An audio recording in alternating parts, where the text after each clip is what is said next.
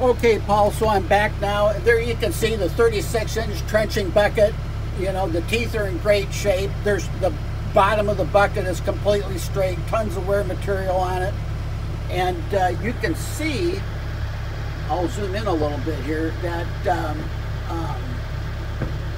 pin grabbing quick coupler. And I'm not going to demonstrate that to you because I just kind of goof it up.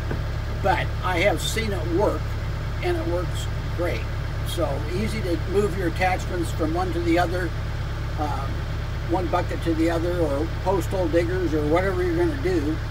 And so that's good. Now up here on the stick, it's kind of hard to see, but right there in the middle, there's a valve block. And you can see there's an unused connection there. What you do, if you're going to run a compactor or a post hole digger or something, the thumb will actually lock up in that upright position. You'll dump the, use the quick coupler to get rid of the bucket, pick up the packer or the post hole digger, and then use that unused connection to your attachment. And then you're able to select various work modes in the computer here, and that lets you utilize the auxiliary hydraulics. So in other words, you're using the thumb hydraulics to run other attachments. I'm not positive about this, but I think there's a good likelihood that through this control console you can also run a hammer, which takes, it's like either one-way or two-way hydraulics, I can't remember which. But I think you can set up different work modes and different tools within the console. So we're just here on the machine. I think you can probably hear the engine. I'm gonna spool it up. You can hear it got up to high idle very easily, and then the auto kick down worked in order to go, and as a fuel economy measure, I'm going to go and just touch this control here, the right hand lever, and you'll hear the engine spool up very quickly again as you're getting ready to resume a digging cycle. So there you go, you can hear the difference. Gets up to high idle very nicely, and then idles down very nicely too. There's just nothing wrong with that at all. So I'm going to put the stick out here a little bit, and then I'm going to go and idle the machine down like so, and I'm going to show you that the machine can lift itself up very, very easily at an idle. And if you watch the ground here, you'll see the bucket isn't moving, but you'll see that the machine itself is being picked up. I'm probably the tracks are probably 2 feet off the ground right now, and then I can very easily go and gently let myself back down again. So we know that the hydraulics operate smoothly, strongly, quietly. It's all good. Now what I'm going to do is I'm going to go and demonstrate that the Rotec is very tight. And the Rotec is the slew ring, or it's the circular piece that is the big bearing that holds the top of the machine to the bottom of the machine. Everybody wants to know about the Rotec, and with good reason. So pick out a point here, like for example, pick out a point on the top of the machine, say here, and then correspondingly look at a place on the bottom of the machine, like the track. And what we're going to demonstrate is that there's no relative motion. I put the bucket on the ground. I'm going to lift ourselves up very slowly, and what should happen is that as the machine goes up, there shouldn't be any relative motion between the top and the bottom of the machine. And I'm trying to hold the sucker just as still as I can. And what I'll demonstrate to you in a second here. Okay, so the Rotec is tight, tight, tight. And here you can see that the bucket is well off the ground. So there's just no relative motion between the top and the bottom which means the Rotec is ultra tight. Now I'm going to let myself back down again.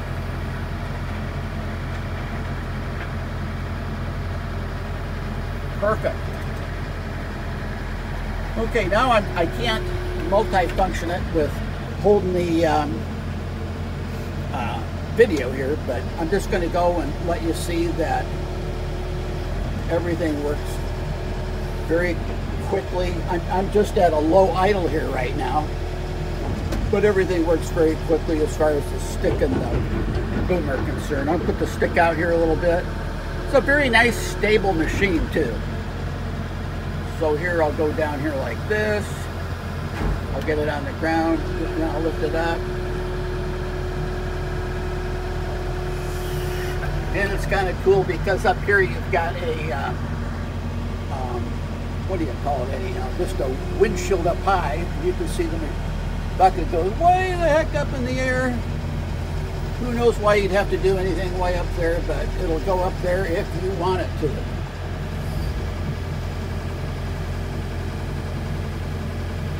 Okay, so I'm going to go and do that at a high RPM here, and you'll see that, listen to the engine, it'll spool up very, very nicely. Here we go.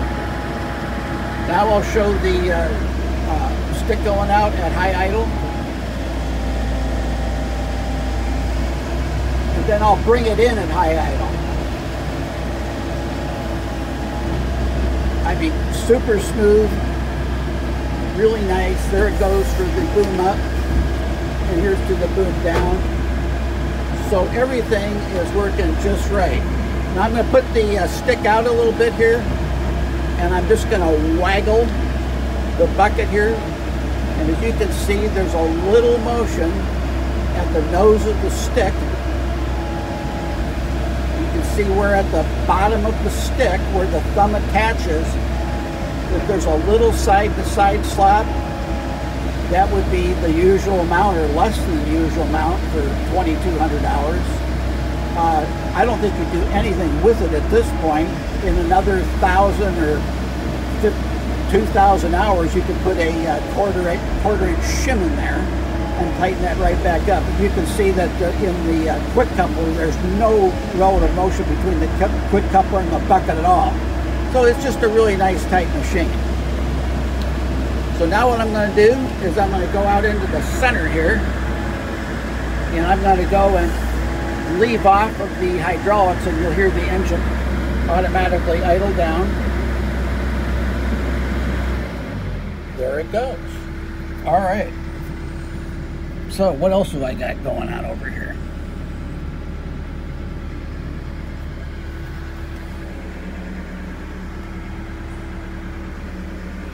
Okay, so I'm just going to go and move the seat forward.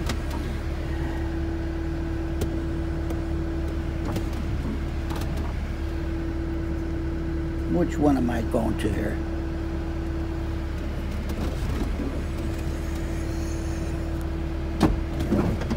There we go. You can see that the seat rolls very, very smoothly.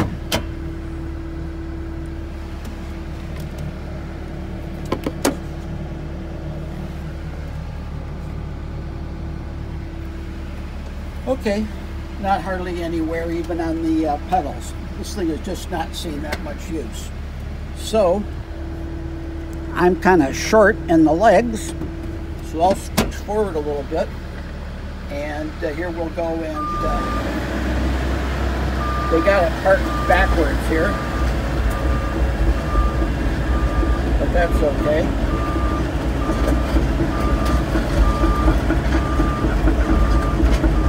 So as the tracks are spinning around, no broken tracks, no bent tracks, no cracked pads, nothing like that at all. And now what I'm going to do is I'm going to go and counter rotate the machine. So I'm going to go like this. And you can see that it's counter rotating very nicely. Now what I'll do is go over the side .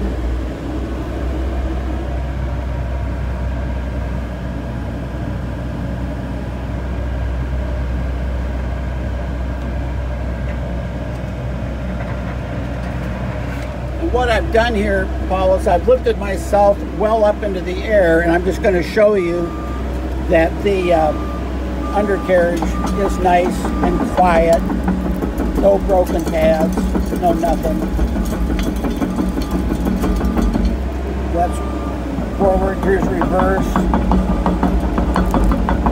The machine tracks nice and straight when you're going across the yard. Now I'll lift myself up over the other side and demonstrate the same thing on the other side. Now you can see when I'm swinging, I'm going to let the swing off, and the swing brake holds the machine just like it should. Here I'm going to go and let it off, and you can see that it swing brake is working properly. Let it off, and the swing brake holds the machine. Okay, so now we're over the other track. We'll go and put the bucket on the ground, lift the machine up off the ground, and we will, you know, no squeaking, no grinding, no unusual wear. That's one way. Here's the other way.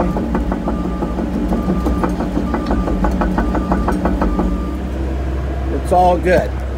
So I'm going to let this down now.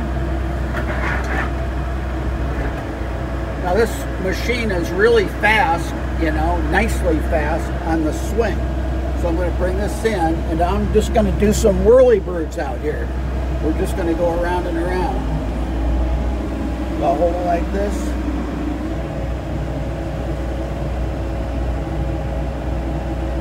It's like 10 or 11 revolutions per minute. Now we'll go the other way. No weird sounds, no squeaks, squallers, anything like that. It's all working good. Okay, there's the swing brake working again. So now I'm going to go and put the bucket on the ground here again. I'll leave myself a little room to step off the machine. I'm going to keep the engine on, and we'll go take a look at some of the compartments. Whoop. Let's see here. Here we go.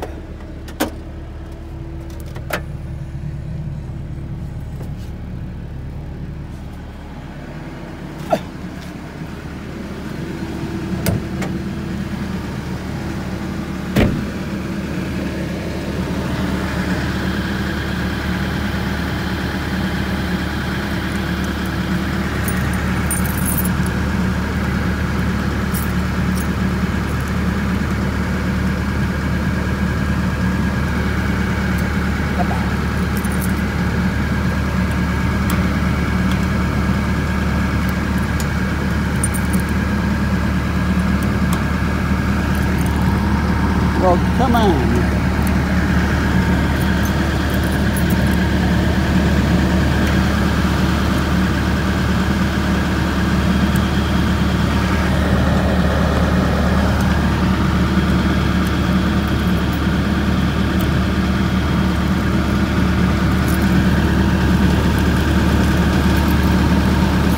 So this wax was a little sticky, and I persevered.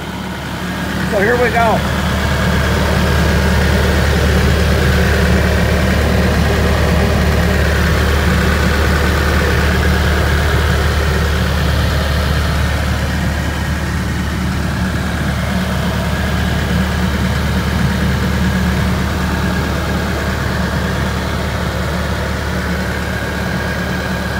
Okay, that's that compartment. All looks good.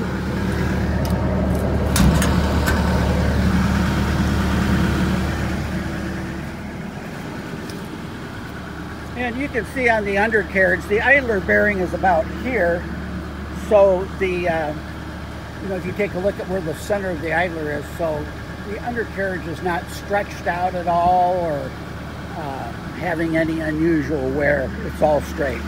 And then all the structures are straight here too. So that's all good. Let's see if we can get into this compartment.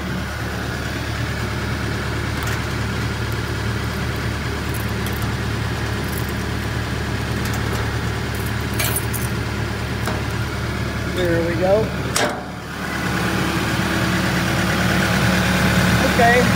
here's the hydraulic area, or the pumps and whatnot. So no runs, no drips, no errors, right? So good. Here's the fuel water separator. Very nice looking unit.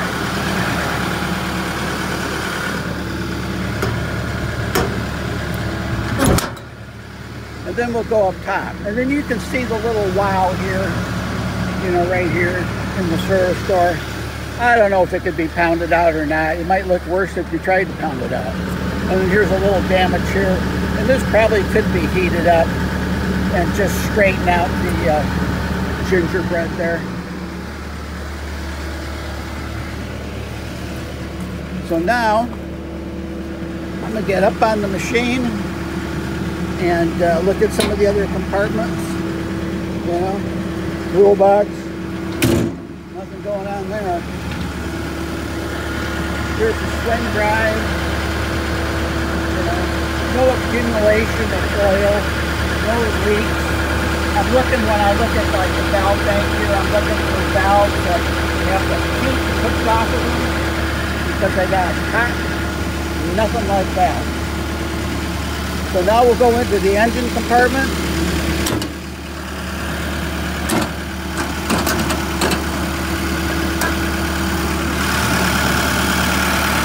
There you go. Just a nice 3/4 feet. And by the way, when I looked at the radiators from down below, there's a little bit of dirt and pollen and whatnot on the radiator screen. But the radiator itself, the bottom of the radiator, which is well what you want to look at, is very clean. None of the fins are bent. No signs of overheating. So it's all good. And then here's the portion of the engine.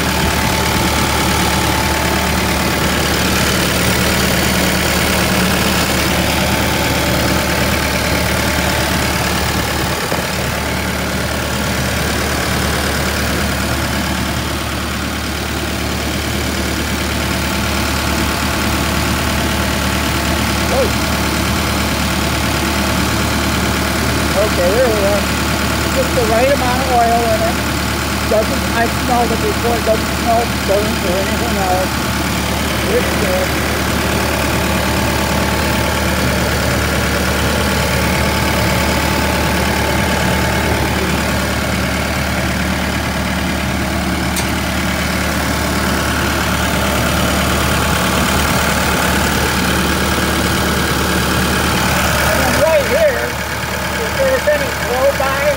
We would see some, this is the tube right here for the engine oil. We would see some puffs out of there, see some great smoke. There's nothing there. The belts all look great. No leaks at all on the front of the engine.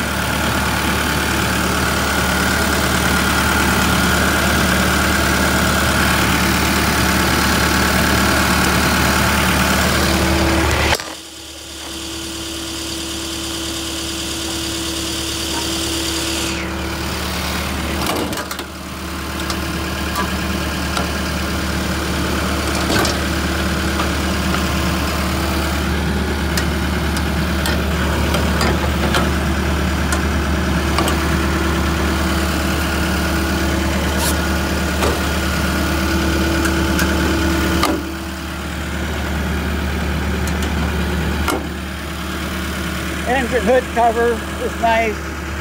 Top of the cab's all nice. You know, none of the rods are scored or barrels are bent or anything.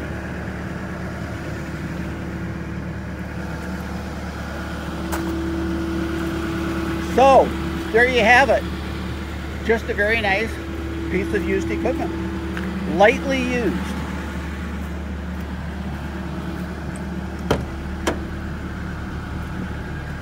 So I'm going to head off to the Starbucks here and see if I can upload this video to YouTube for you.